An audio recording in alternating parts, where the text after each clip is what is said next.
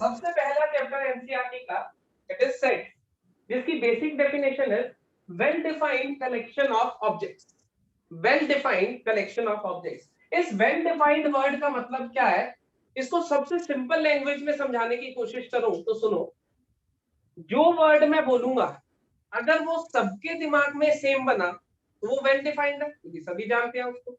अगर वो सबके दिमाग में अलग अलग बना तो वो वेल डिफाइंड नहीं। सिंपल चीज समझ रहे? जो भी वर्ड, अभी एक एक करके मैं कुछ वर्ड बोलूंगा, अगर वो हम सबके दिमाग में एक जैसे बने तो मैं क्या कह दूंगा कि वेल डिफाइंड है। और सबके दिमाग में अलग अलग बने तो मैं कह दूंगा वेल डिफाइंड नहीं है। तो मैंने बोला एप्पल। अब बताओ, सबके दिमाग में एक जैसे ही, किसी के दिमाग में मैंगो, ऑरेंज या बनाना तो नहीं बना होगा, एप्पल ही बना होगा। यस और नो? जल्दी बोलो, क्या बना दिमाग में? सबके दिमाग में सेम बना होगा, इस चीज की गारंटी है। यस और नो? यस। तो ये क्या हो गया? वेल डिफाइंड ऑब्जेक्ट हो गया। मैंने बोला बेस्ट फ्रेंड। बेस्ट फ्रेंड क्या कहते हो, सबके दिमाग में सेम बना होगा क्या? नहीं। बिल्कुल भी नहीं। सबके दिमाग में अपना अपना बेस्ट फ्रेंड बन गया हो, तो इसको मैं वेल डिफाइंड बोलूंगा? No sir. नहीं बोलूंगा, क्योंकि सबके लिए अपने अपने बेस्ट फ्रेंड है और एक ही इंसान के लिए टाइम टू टाइम बदलते भी रहते हैं। तुम अपनी पिछली क्लासेस याद करो, क्लास 5th में कोई और बेस्ट फ्रेंड होगा, 10th में कोई और, 11th 12th में कोई और, कॉलेज में कोई और, आगे कोई और हो सकता है सेम भी हो, बहुत अच्छी बात है अगर सेम है, लेकिन फिर भी सबके लिए अलग अलग होगा। मेरा बेस्ट फ्रेंड कोई और, तुम्हारा बेस्ट फ्रेंड कोई और। Best teacher in our school. Best teacher in our school well defined है या नहीं? यस और no? No sir. No sir. Reply दो। No sir. Best teacher in our school no sir. नहीं है, क्योंकि अब मेरे को अगर मैथ्स पसंद है तो मेरे लिए मैथ्स वाला टीचर बेस्ट है। मेरे को अगर केमिस्ट्री पसंद है तो केमिस्ट्री वाला टीचर, बिजनेस पसंद है बिजनेस वाला टीचर, अकाउंट्स पसंद है। हर सबके लिए अलग अलग बेस्ट टीचर्स होते हैं। जिसको जो सब्जेक्ट ज्यादा अच्छा समझ आ रहा होता है वो उसका बेस्ट टीचर बन जाता है, जिससे ट्यूनिंग जितनी अच्छी हो रही होती है। क्या मैं ये कह सकता हूँ सारी क्लास के लिए मैथ्स वाला टीचर ही बेस्ट होगा? नहीं कह सकता। हो सकता है किसी की बिजनेस वाले से, किसी के अकाउंट्स वाले से, किसी की आर्ट वाले, किसके साथ ट्यूनिंग ज्यादा अच्छी बन रही है वो उसका बेस्ट टीचर है। यस और नो? यस। तो उसने कहा, Yes, मैंने अगला बोलता हूं, इंग्लिश लैंग्वेज में जो वॉवल्स यूज होते हैं, वॉवल्स ऑफ इंग्लिश लैंग्वेज, सबके दिमाग में सेम बने कि अलग बने? बोलो। सेम। Yes same sir. बने। ए ई आई ओ यू, सबके दिमाग में यही बने। यस और नो? Yes sir. तो ये क्या हो गया? Well defined. yes, sir. Simple Sir. समझ आई? इस वेल डिफाइंड का मतलब क्या है? बिल्कुल सिंप्लिसिटी से, अगर सबके दिमाग में सेम ही चीज बनी तो वेल डिफाइंड है, अगर सबके दिमाग में अलग अलग बना तो वेल डिफाइंड नहीं है। बात समझ आई? Yes sir. जैसे Yes, अभी sir. मैंने बोला, अच्छा उसके बाद है कलेक्शन। कलेक्शन का मतलब क्या होता है? सबको इकट्ठा कर लेना, सिंपल सा मतलब होता है सबको इकट्ठा कर लेना एक साथ, is collection of object. Objects मतलब जिस भी चीज की हम बात कर रहे हैं। अब ऑब्जेक्ट्स को स्पेसिफिकली वो मत देखना कि लिविंग है या नॉन लिविंग है, जिस भी चीज की हम बात कर रहे हैं उसे टेक्निकल लैंग्वेज में हम ऑब्जेक्ट कह रहे हैं, चाहे वो लिविंग है चाहे वो नॉन लिविंग। जैसे अभी मैंने एक एग्जांपल दिया था, मैंने कहा इंग्लिश वॉवल्स सबके दिमाग में सेम बने, वेल डिफाइंड है या नहीं? यस और नो? यस। Yes. बिल्कुल है। सबके दिमाग में बनेगा ए ई आई ओ यू। अब क्या करना है मुझे? इनको कलेक्ट कर लेना है। कलेक्ट करने के लिए मुझे क्या चाहिए होती है? एक बाउंड्री चाहिए। जैसे तुम सब अपने अपने घर में रहते हो, तुम्हारी फैमिली रहती है, तुम्हारी एक बाउंड्री है, तुम्हारा घर है या नहीं? पड़ोसी का घर साथ में, इधर वाला साथ में, तुम्हारा वो है, वो बाउंड्री तुम्हारे पास है, जिसके बीच में तुम सब कलेक्टेड रहते हो। कलेक्शन है तुम्हारे फैमिली की, है या नहीं? यस और नो? यस। ऐसे ही सबके अपने अपने घर है।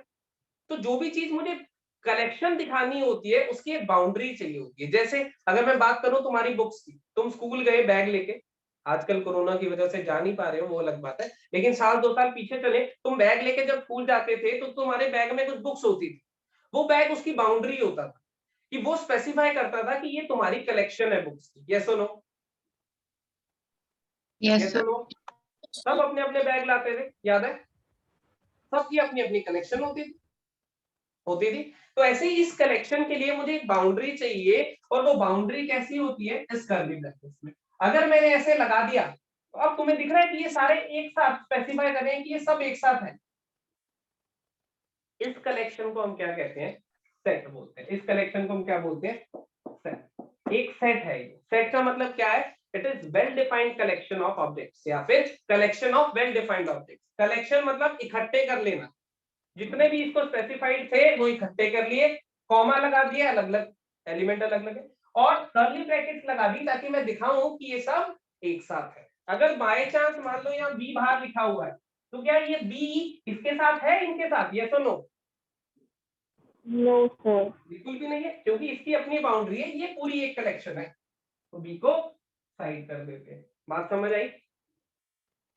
सेट है क्या? Well defined collection of object. Well defined का मतलब सबके दिमाग में एक ही चीज बननी चाहिए। अगर मैं जो भी बोल रहा हूं, मैंने कहा फर्स्ट 5 नेचुरल नंबर, सबके दिमाग में एक बना या नहीं? यस सुनो। Yes, sir. Yes. First 5 natural सबके दिमाग में। मैंने बोला फर्स्ट 3 प्राइम नंबर, सबके दिमाग में सेम बना कि नहीं? Yes, sir. Yes, sir. बिल्कुल बना। कैसे लिखोगे? 2 3 5, ये क्या बन गया? एक सेट बन गया। कर्ली ब्रैकेट क्यों लगाई? बाउंड्री देने के लिए, ताकि पता रहे ये सारे मेरे एलिमेंट्स हैं, इससे बाहर मुझे कुछ नहीं चाहिए। समझ गए बात? फर्स्ट 5 नेचुरल नंबर ऐसा दिखाई देगा, सबका दिमाग में यही बना होगा। तो इसको हम क्या बोलते हैं? सेट। सेट क्या है? Collection of well defined. Set is represented by capital alphabets, capital A से, कैपिटल बी से, कैपिटल सी से, ऐसे रिप्रेजेंट करते हैं। Set is represented by capital alphabet, capital A, capital B, capital C, कोई भी कर सकते हैं। और ये जो इसके कलेक्शन में ऑब्जेक्ट्स आ रहे हैं, इनको हम क्या बोलते हैं? एलिमेंट्स। इसको हम क्या बोलते हैं? एलिमेंट्स। जो इसकी कलेक्शन में ऑब्जेक्ट, जैसे इसके पास कितने एलिमेंट्स हैं? इसके पास कितने एलिमेंट्स हैं? 5. 5। इसके पास 3, इसके पास 5। तो कोई पूछे इसके एलिमेंट्स कौन कौन है? 1 2 3 4 5, 2 3 5, ए ई आई ओ यू, ये सारे क्या है? ये पांचों इस सेट के एलिमेंट है, ये इसके एलिमेंट्स हैं। ये जो कलेक्शन में ऑब्जेक्ट्स आए होते हैं, कलेक्शन में जो ऑब्जेक्ट्स आए होते हैं उन्हें हम क्या बोलते हैं? Elements of a set. इतनी बात भी क्लियर हुई? यस और no? Yes, sir. Yes, sir. Defined पता चल गया, कलेक्शन पता चल गई, ऑब्जेक्ट के बारे में पता चल गया, सेट की डेफिनेशन हो गई कंप्लीट।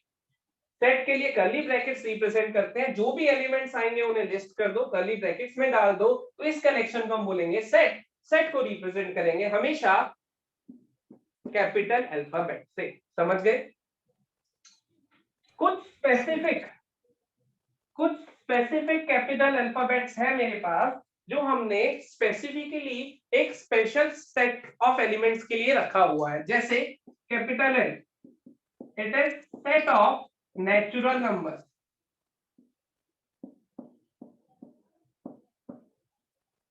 कहीं भी कैपिटल एन लिखा मिलेगा तो उसका बेसिक मतलब क्या होगा? Set of natural number. समझ आए बात? नेचुरल नंबर तो हम सब जानते हैं ना, 1 2 3 4 5 एंड सो ऑन। तो उसके लिए एक स्पेशल अल्फाबेट दिया है कैपिटल एन, क्योंकि सेट्स को कैपिटल से रिप्रेजेंट करते हैं। जेड, कोई बता सकता है जेड क्या होता है? कैपिटल जेड बता सकता है कोई? Integers. बिल्कुल सही। सेट ऑफ इंटीजर्स को हम कैपिटल जेड से रिप्रेजेंट करते हैं। कैपिटल आई से भी कर देते हैं कभी कभार, जनरली कैपिटल जेड से करते हैं। कैपिटल क्यू या कैपिटल आर ले लेता हूं, कैपिटल आर Real numbers. बिल्कुल सही। Set of real numbers. Capital Q set Rational. Of rational number. कई बार वो क्या करता है? प्लस लगा देता है, जेड के ऊपर प्लस लगा दिया, इसका क्या मतलब होगा? Positive integers. बिल्कुल सही। It is set of positive integers. समझ आ रही है? ये कुछ स्पेसिफिक सेट्स हैं जो कि हमने कैपिटल अल्फाबेट स्पेशली इनको दिए हुए हैं, क्योंकि ये बहुत बड़े सेट्स हैं और बहुत वेल नोन सेट्स हैं हमारे पास, जो कि हम डेली लाइफ में यूज भी करते हैं।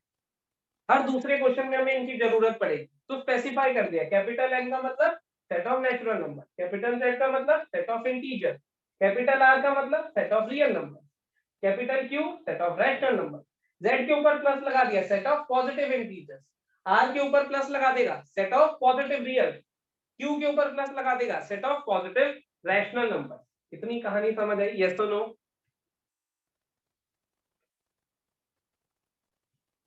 Yes, sir. इतनी कहानी समझ आ गई? फटाफट से अब सेट हेडिंग डाल के इसको कॉपी तक पहुंचा दो।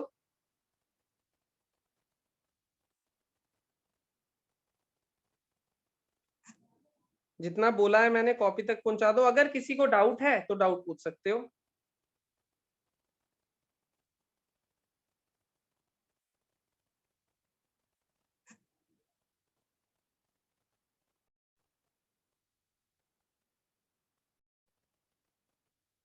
चलो, ये कुछ स्टैंडर्ड थे। अच्छा मुझे बताओ, अगर मैं सेट ऑफ पॉजिटिव इंटीजर्स की बात कर रहा हूं तो इसमें जीरो इंक्लूड होगा कि नहीं होगा? यस और no? Set of positive integers में जीरो इंक्लूड होगा कि नहीं होगा? बोलो। No, sir. नहीं होगा, क्योंकि zero is neither positive nor negative, तो जीरो को काउंट नहीं करते। ये सेट था, ये उसके एलिमेंट्स थे। अब एक सिंबल हम लोग यूज करेंगे, देखना जरा।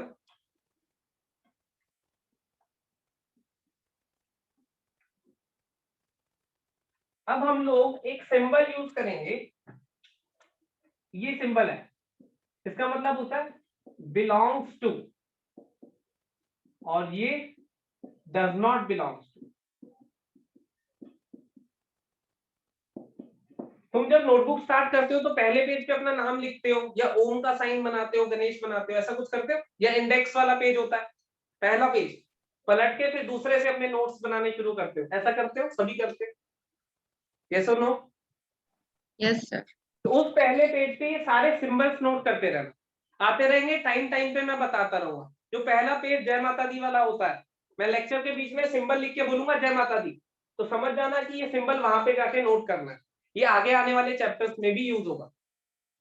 ये सिंबल बनाओ, इसका मतलब होता है बिलोंग्स टू, ये सिंबल मतलब डज नॉट बिलोंग्स टू। कैसे यूज करते हैं इनको देखो। मान लो एक सेट लिखा मैंने, ए 1 2 3 8 9 2 12,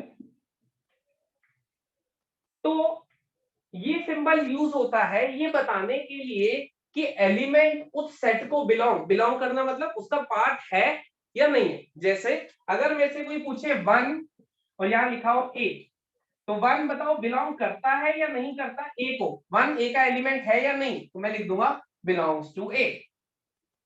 2 belongs to A. 4 does not belongs to A, मतलब समझ आया क्या लिखा हूं मैं? 7 does not belongs to A. 12 belongs to A. समझ आया कैसे लिख रहा हूं? जो उसका एलिमेंट है उसमें लिख देंगे दिस बिलोंग्स टू दिस, जो उसका एलिमेंट नहीं है तो लिख देंगे this does not belongs to this. इतनी कहानी समझ आई? यस और नो? Yes, sir. सिंपल है बिल्कुल, कि अगर ए सेट Yes, का sir. एलिमेंट है तो मैं कह दूंगा बिलोंग टू दिस, अगर नहीं है तो कह दूंगा does not belongs to this. कोई डाउट इसमें? No, sir. फटाफट से बताओ अगर कोई डाउट है तो किसी को। No, sir.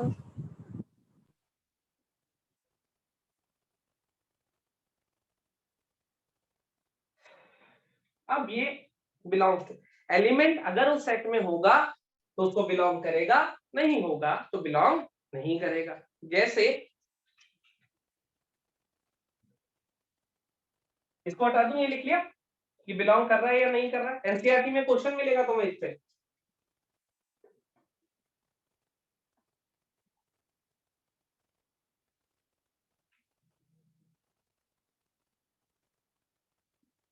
आप देखो, सेट को लिखने के दो तरीके होते हैं, सेट को रिप्रेजेंट मतलब राइट करने के दो तरीके होते हैं। पहला, रोस्टर फॉर्म। दूसरा सेट बिल्डर फॉर्म। पहला है रोस्टर फॉर्म, दूसरा है सेट बिल्डर फॉर्म। तो पहले देखते हैं सबसे first roster form. Roster form जरा ध्यान से सुनना है क्या। In roster form, the elements of a set are listed, separated by commas and enclosed within curly brackets. सुनो क्या कह रहा हूं मैं। जैसे मैंने एक सेट लिखा, set A, that is 2 3 5 7. In roster form, the elements are listed, separated by commas and enclosed within curly brackets. इसको बोलते हैं रोस्टर फॉर्म। दूसरा सेट बिल्डर फॉर्म। देखो जरा, सेट बिल्डर फॉर्म, ये कोई सेट है बी मान लो, एक्स सच दैट, सिंबल जय माता दी, फटाफट से लिख के आओ। इसका मतलब क्या होता है, अगर ये दो कॉलन लगे हुए हैं, इसका मतलब होता है सच दैट। फटाफट से लिख के आ दो, सच दैट, ठीक है। बी कोई सेट है, एक्स सच दैट एक्स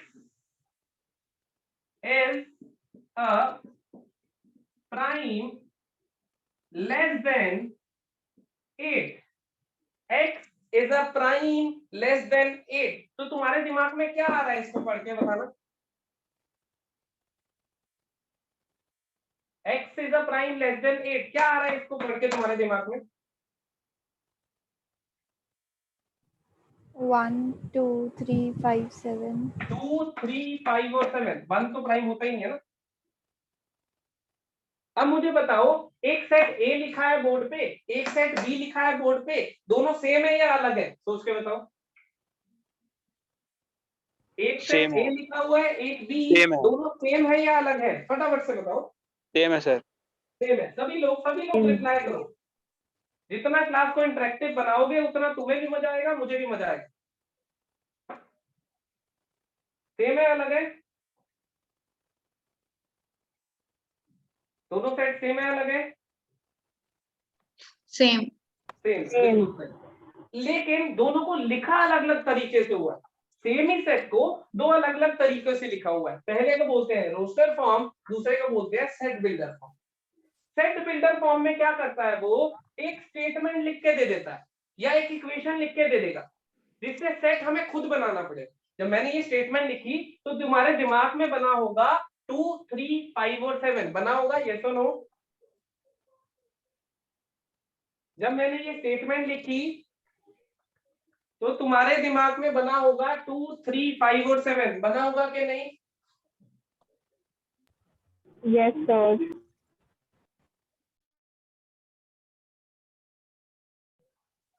तो अब सुनो, roster form, set builder form. Roster form में वो क्या कहता है, elements are listed, separated by commas, enclosed within curly brackets. सीधे एलिमेंट्स को लिस्ट कर दो, कॉमा से सेपरेट कर दो और कर्ली ब्रैकेट्स में एनक्लोज कर दो। तो इस तरीके से लिखने को हम क्या बोलते हैं, रोस्टर फॉर्म। रोस्टर फॉर्म आसान है, क्लियर हो गई, यस और नो। Yes sir. ठीक है।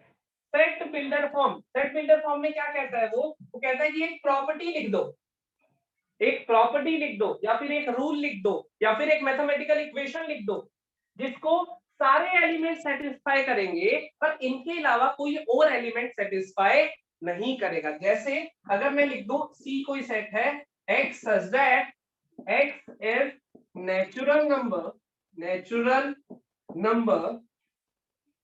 Less than 8। तो मुझे बताओ क्या सी और ए ये दोनों एक ही बात है।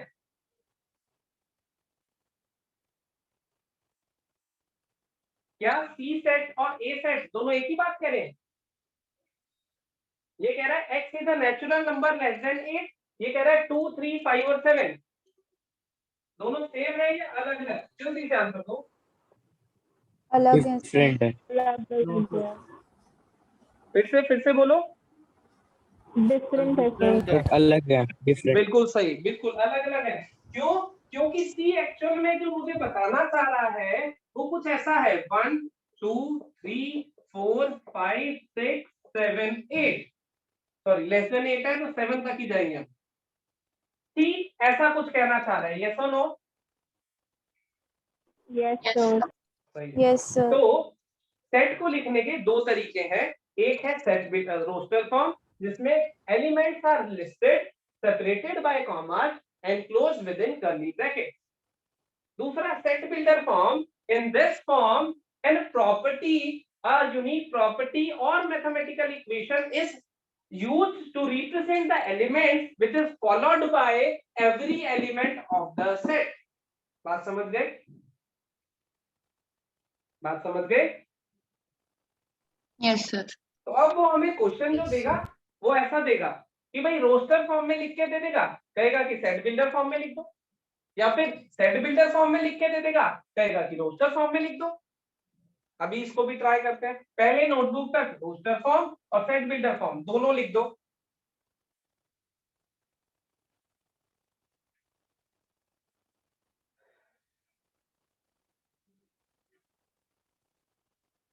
रोस्टर फॉर्म में लिखना, इन दिस फॉर्म, मैं बोल रहा हूं साथ साथ डेफिनेशन। रोस्टर फॉर्म में लिखना, in this form the elements are listed, elements are listed separated by commas, the elements are listed separated by commas and enclosed within curly brackets। Elements are listed separated by commas and enclosed within curly brackets। Roster form में तो directly elements को list करते हैं।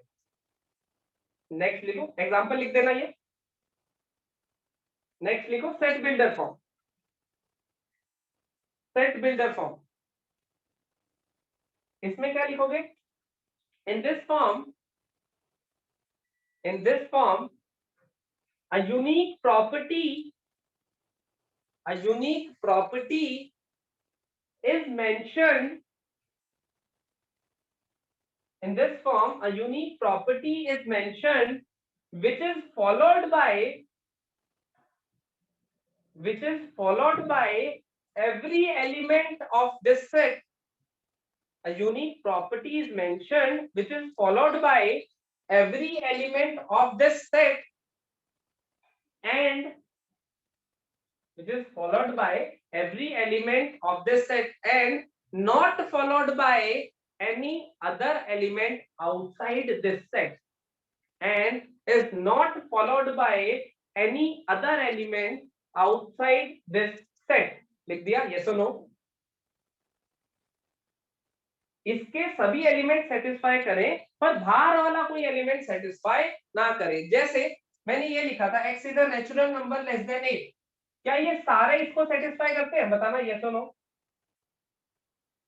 ये सारे इसको satisfy करते हैं, यस और नो? जल्दी से रिप्लाई करो। Yes sir. करते हैं, लेकिन उसके साथ साथ कुछ और भी करते हैं। तो मैंने तो कहा था ये सेट बराबर नहीं है क्योंकि ये तो इसके बराबर है। तो हम जो प्रॉपर्टी लिखते हैं वो ये सारे एलिमेंट सेटिस्फाई करें जरूरी है। साथ साथ ये भी देखना है कि इसके अलावा कोई एलिमेंट ना हो जो इस प्रॉपर्टी को सेटिस्फाई करे, नहीं तो इनकी यूनिकनेस ही नहीं रह पाएगी। समझे बात को? यस और नो?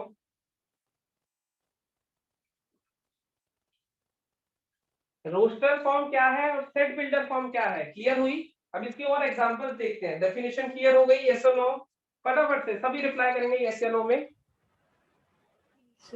Yes sir. सभी Yes, यस लोग, सर। आलसी लोग भी रिप्लाई करो जल्दी। Yes, sir. चलो अब देखो, अब वो क्वेश्चन देगा कि भाई सेट बिल्डर फॉर्म को रोस्टर फॉर्म में कन्वर्ट करके दे दो और रोस्टर फॉर्म को सेट बिल्डर फॉर्म में कन्वर्ट करके दे दो, ऐसा कुछ क्वेश्चन देगा। देखते हैं, अब ध्यान से देखना। एक सेट लिखा मैंने ए विच इज 2 3 5, अभी लिखा भी था पहले भी, तो मैं इसको ऐसे लिख सकता हूं, x such that x is prime less than 6.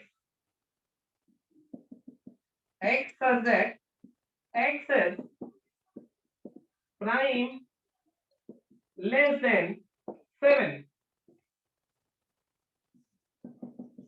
X such that x minus 3, 2 ले लेता हूँ, x minus 2 into x minus 3 into x minus 5 equals to 0. जरा देखना, ये और ये तीनों सेम ही बात कहना चाहते हैं या कोई अलग है इनमें से?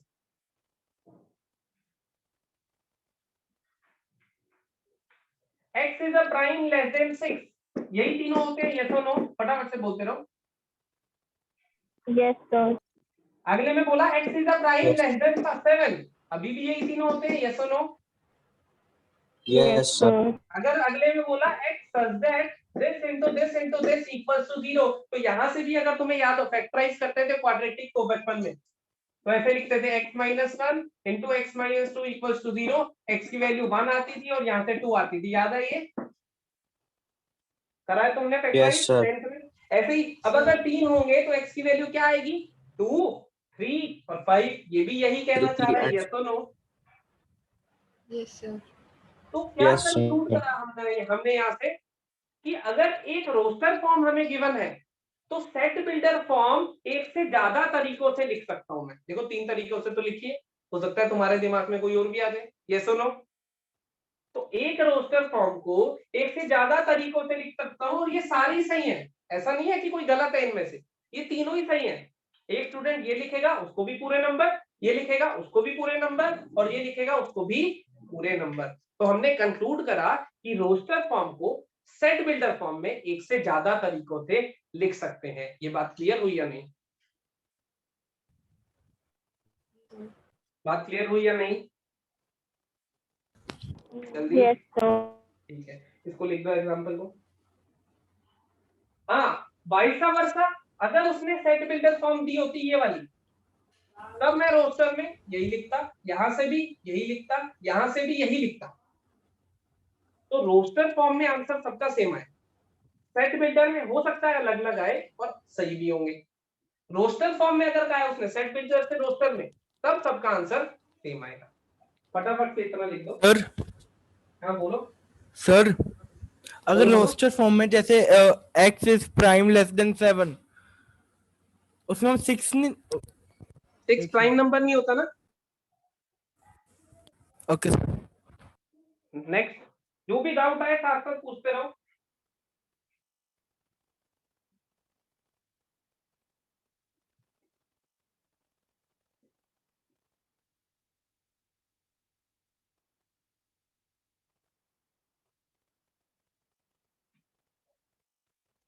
अब उसने ये लिखा है, मान लो x such that x is integer, x lies between -3 and 2, ये कौन सी फॉर्म है, रोस्टर या सेट बिल्डर? रोस्टर या सेट बिल्डर? जल्दी से। सेट बिल्डर, बिल्कुल सही। अब मैंने कहा इसको रोस्टर फॉर्म में लिख दो, तो जरा अपनी कॉपी में लिख के देखना, इसे रोस्टर फॉर्म में लिख सकते हो क्या?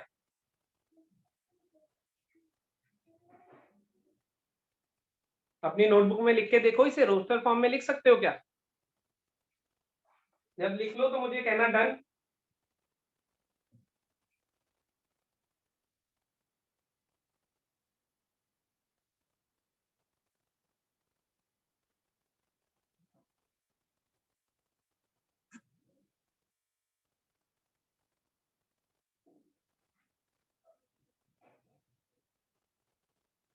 लिख लिया? वो कह रहा है x एक इंटीजर है और इसको सेटिस्फाई करता है, इसको सेटिस्फाई करने वाले इंटीजर होंगे -3, -2, -1, 0, 1। खत्म? यही आया तुम्हारा, यस और नो? जल्दी से आंसर दो। Yes, sir. यही आया होगा, बिल्कुल सही। अब क्या इसको अलग तरीके से लिख सकता हूँ क्या? कि किसी और का आंसर कुछ हो रहा है। जैसे रोस्टर से सेट बिल्डर में अलग अलग थे, सारे सही थे, लेकिन सेट बिल्डर से जब रोस्टर में आऊंगा तो सबका आंसर ऐसा ही दिखाई देगा, उसका कोई ऑल्टरनेट तरीका नहीं है। बात समझ गए? सबका आंसर यही आ रहा होगा जिसने इसको सही करा। आया तुम्हारा सबका आंसर यही? यस और नो? Yes sir. बहुत बढ़िया। अब कुछ एग्जांपल्स मैं तुम्हें दूंगा, सेट बिल्डर दूंगा तो रोस्टर में लिखना है, और रोस्टर दूंगा तो सेट बिल्डर में लिखना है, ठीक है?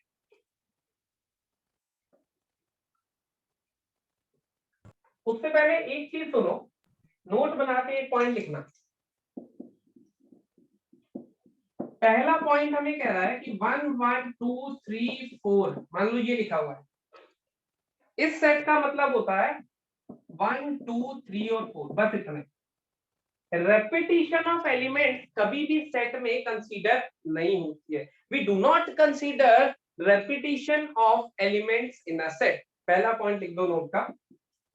we do not consider repetition of elements. We do not consider repetition of element in a set. कोई एलिमेंट अगर बार बार रिपीट हो रहा है तब भी उसे एक ही बार लिखेंगे, क्योंकि सेट था क्या? Collection of well defined object, यही था। तो कलेक्शन में कोई कितनी बार आया है मतलब नहीं है, कौन कौन आया है इससे मतलब। 1 आया है, 2 आया है, 3 आया है, 4 आया है। अगर मैं तुम्हें कहूं इसके एग्जांपल में SHM क्लासेस, SHM क्लासेस, मैंने कहा इसके अल्फाबेट्स का सेट लिखो, जो इसमें इंग्लिश अल्फाबेट्स यूज हुए हैं उसका सेट लिखो, तो तुम क्या लिखोगे?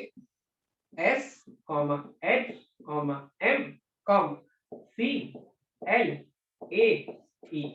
क्या ये S बार बार लिखूंगा? 1 2 3 4 लिखूंगा? नहीं। रेपिटेशन ऑफ एलिमेंट सेट में अलाउड नहीं होता है। ये पॉइंट क्लियर हुआ तुम्हें? यस और no?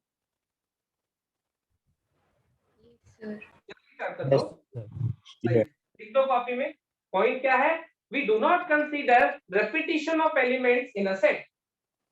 We do not consider repetition of elements in a set. ये एक एग्जांपल है, ये दोनों सेम है, ऐसे कंसीडर करते हैं।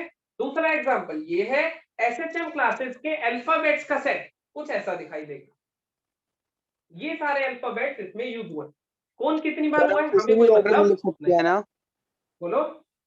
हम किसी भी ऑर्डर में लिख सकते हैं ना इसको? बिल्कुल सही। दूसरा पॉइंट यही है नोट का, पहला लिख लो, अभी दूसरा पॉइंट यही बोलूंगा मैं।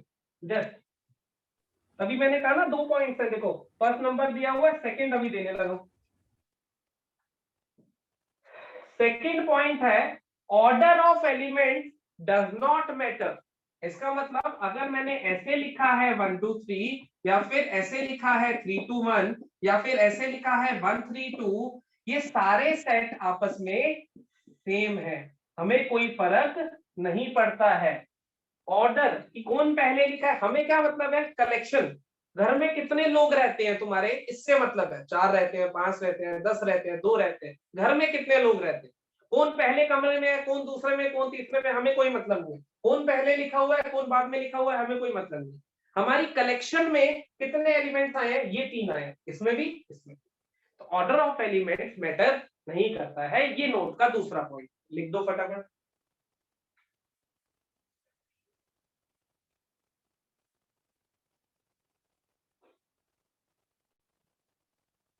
पॉइंट क्लियर हो गया?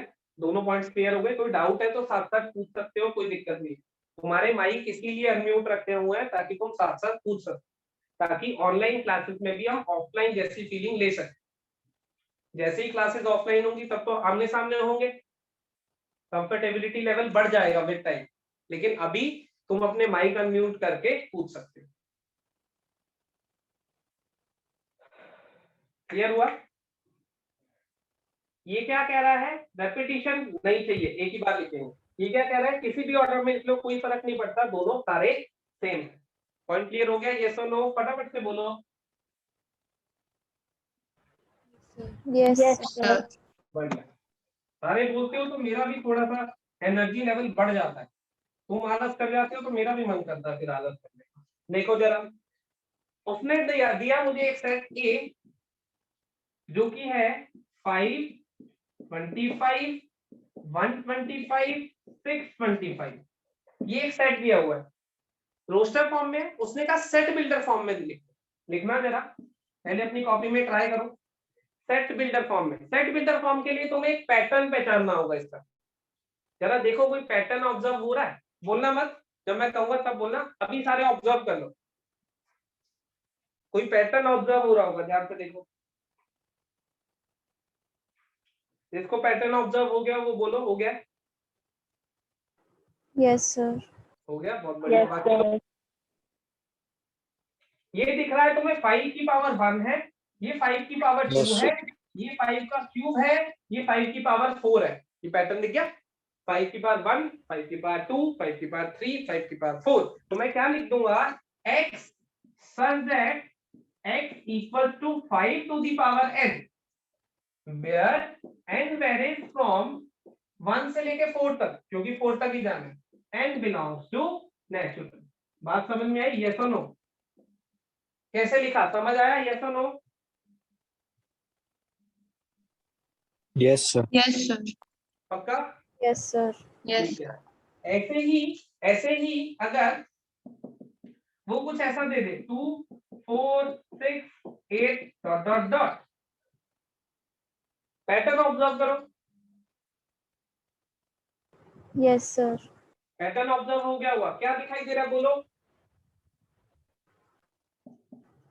Even natural numbers. बिल्कुल सही, x such that x is even natural number, ऐसे लिख दूंगा, yes or no? Yes, sir. सही है। 3 6 9 12 15 ये एक सेट दिया हुआ है सी, सेट बिल्डर फॉर्म में लेके आना है इसको, पैटर्न ऑब्जर्व करो, Yes, sir. हो गया पैटर्न ऑब्जर्व, लिखो अपनी नोटबुक में।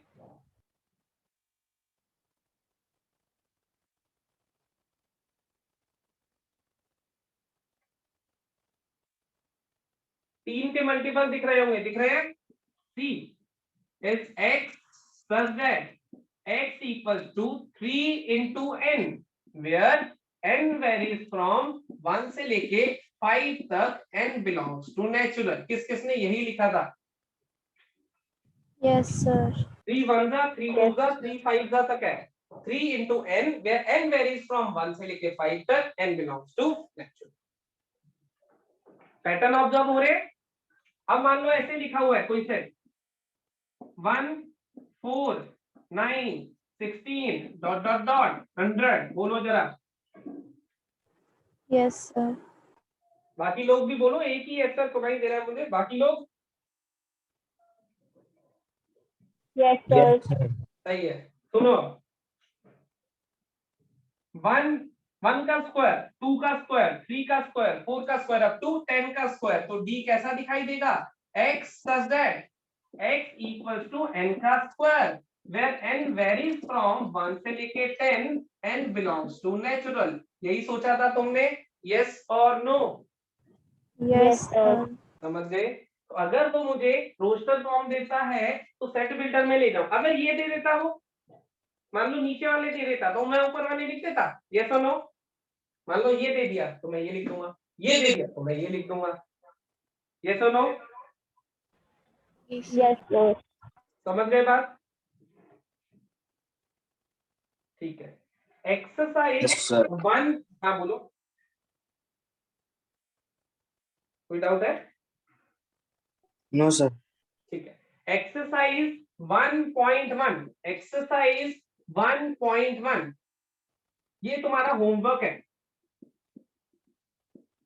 ये होमवर्क करके आज सबमिट करना है। बहुत आसान एक्सरसाइज है, तुम्हें 15 से 20 मिनट लगेंगे, अगर तुमने लेक्चर अच्छे से सुना है तो 15 मिनट के अंदर अंदर कंप्लीट हो जाएगी एक्सरसाइज। 6 ही क्वेश्चन है, 5-6 क्वेश्चन है, सही है। तो वो क्वेश्चन से एक बार ट्राई करना, कोई भी डाउट आता है मेरा व्हाट्सएप नंबर तुम्हारे पास है ही, 9034 999944, नाम अमन अरोड़ा, सेव कर लेना। अगर कोई नया स्टूडेंट है जो ग्रुप में एडेड नहीं है, मैसेज कर देना अमन अरोड़ा SHM। नंबर मिस हो जाए तो गूगल पे ये नाम लिख लेना, मैं दिख जाऊंगा, नंबर भी आ जाए। समझ गए इतनी बात? सर सबमिट कहाँ पे करना है? क्या बोलो? सर सबमिट कहाँ पे करनी है एक्सरसाइज 1.1? व्हाट्सएप पे मुझे व्हाट्सएप भेजनी है, नंबर मैंने लिखा है, इस नंबर पे व्हाट्सएप करनी है एक्सरसाइज कर। आसान सी एक्सरसाइज है, 15 से 20 मिनट लगेंगे, कंप्लीट हो जाएगी। सही है, चलो आज यहीं पे रुकते हैं, कल कंटिन्यू करेंगे। Thank you sir.